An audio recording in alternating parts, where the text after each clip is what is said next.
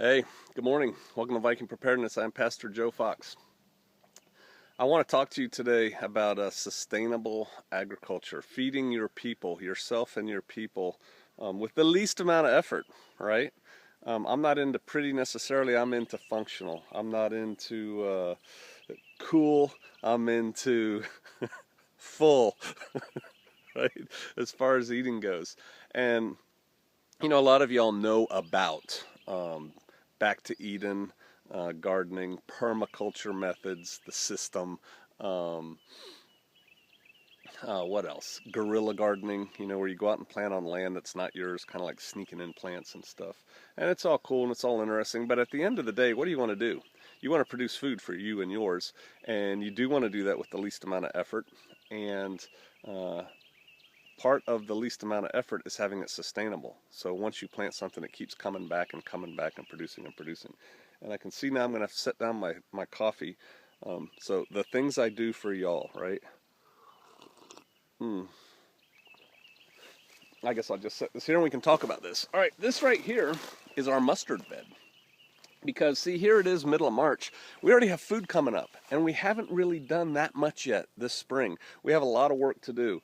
Behind me is our garden, and believe it or not, we use Straightway as our model, as our goal, as our mentor, as our vision for our gardens. I've done videos on Straightway's gardens. You can just look it up on my search box, my little search magnifying glass, Straightway gardens. Bam, they'll pop up. They have gorgeous gardens.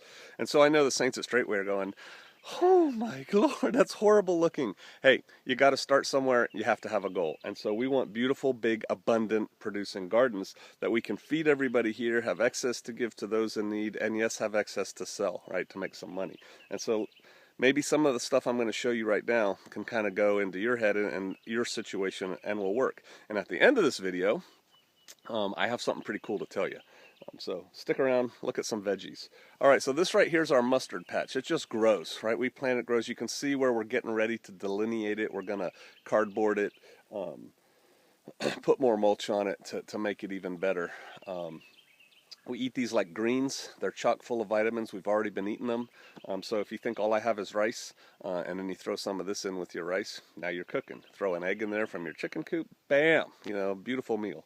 But these are mustard greens. You can also take them and just put a leaf right on a sandwich, raw, and it tastes like you put hot, spicy brown mustard on it. So these are doing good. Over here, I'll flip the camera around a little bit, are big onions. My wife found these all in pretty good clumps about a week ago, and so she dug them up and put them in this row so they'd have a little bit more space to grow. But you could eat those right now, right? So onions and mustard greens are up and ready to eat. You've heard the term spring onions, right? And that's just because they wintered over and they're ready to go. Over here we have kale. We've been eating the kale already. Kale's chock full of vitamins, like Popeye. There's an errant mustard. We're going to get rid of that. We're going to get rid of that. This was and it's still going to be our tomato and pepper patch, so there's nothing in here yet. But check this out. More onions or garlic. I'm not sure which one. I think those are onions. Grow in there.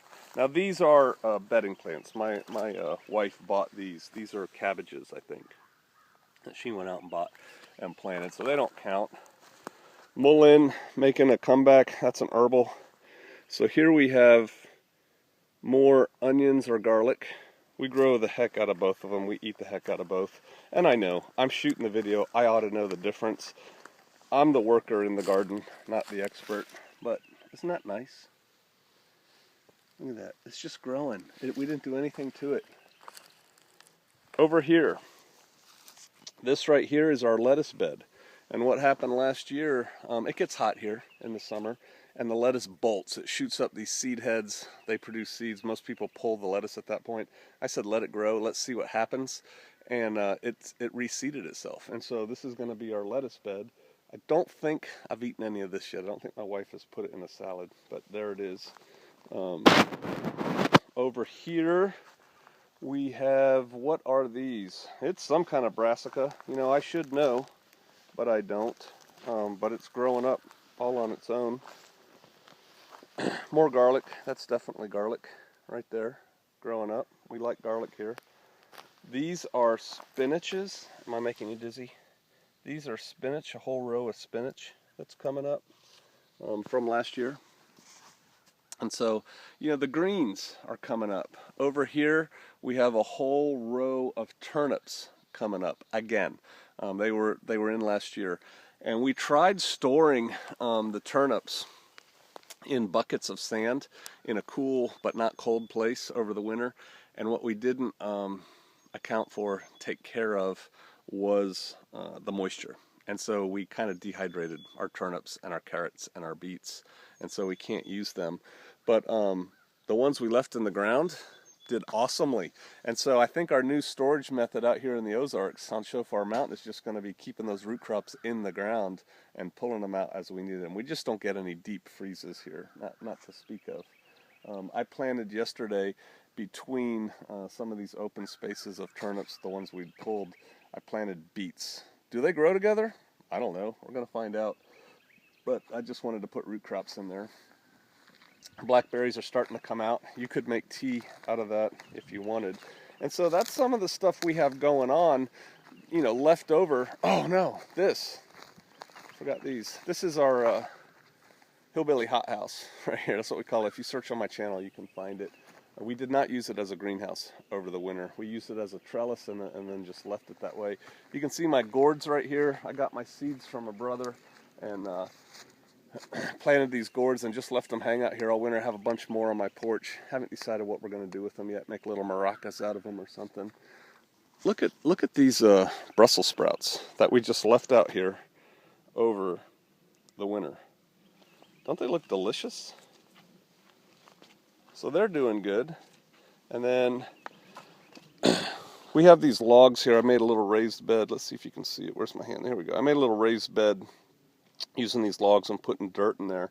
And the logs rot and release nutrients into the soil. And so I planted in here a whole bunch of beets yesterday. Getting started on the spring garden.